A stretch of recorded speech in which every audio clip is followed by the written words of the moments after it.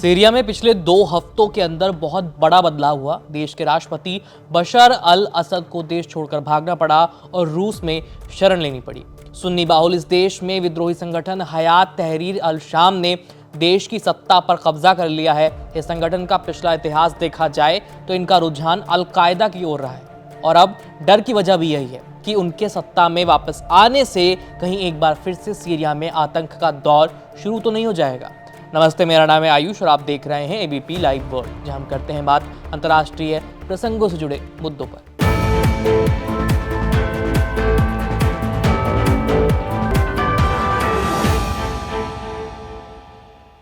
बशर अल असद के जाने के बाद सीरिया की सत्ता विद्रोही संगठनों के हाथों में आ गई है, या यूं कहें कि समय खाली ही है। ऐसे मौके का फायदा उठाते हुए इस्लामिक स्टेट कहीं दोबारा लौट सकता है, ऐसा डर है। और डर तो इस बात का भी है कि अल कायदा भी कहीं यहां अपनी जमीन मजबूत न कर ले। इसी डर से अमेरिका आतंकियों के ठिकानों पर हवाई हमले कर रहा है। सीरिया की धरती पर ही आईएसआईएस और अल कायदा का जन्म हुआ। दरअसल सीरिया में सिविल वॉर के दौरान ही अल कायदा बनकर तैयार हुआ। ये एक अम्ब्रेला संगठन के रूप में काम करने लगा।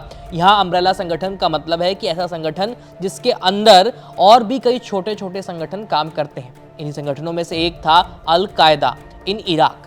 इसके लड़ाके ज्यादा आक्रामक और कट्टर थे। इनकी ताकत दिनों दिन बढ़ती चली गई। बढ़ती ताकत और फैलते आतंक के बीच इन्होंने अपनी खुद की अलग पहचान बनाई और अपना नाम बदलकर Islamic state of Iraq and Syria यानी आईएसआईएस कर लिया। और यहाँ से शुरू हुआ इनका दुनिया भर में खौफ।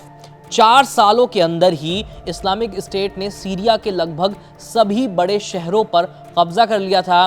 उसकी धमक पूरे मिडिल ईस्ट में सुनाई देने लगी थी। अगर आंकड़ों की माने तो आईएसआईएस लगभग 1 लाख वर्ग किलोमीटर के दायरे में अपना असर दिखा चुका था।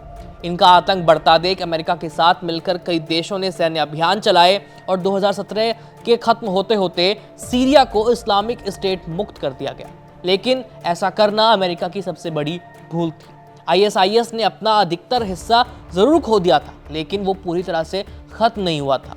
सीरिया के रेगिस्तान और इराक के कुछ दूर दराज के इलाकों में आईएसआईएस के लड़ाके अभी भी छिपे हुए हैं और छुटपुट हमले करते रहते हैं। ऐसे में सीरिया के राष्ट्रपति का देश छोड़ना और सत्ता में विद्रोहियों का आ जाना इस बात के खतरे की ओर संकेत कर रहा है कि आने वाले दिनों में एक बार फिर से आईएसआईएस पांव पसार सकता है। इनके सीरिया में वापस आने का एक कारण इस देश में तेल और गैस के बड़े भंडार भी हैं। इस्लामिक स्टेट इन पर कब्जा करके अपनी आर्थिक स्थिति को मजबूत करना चाहता है।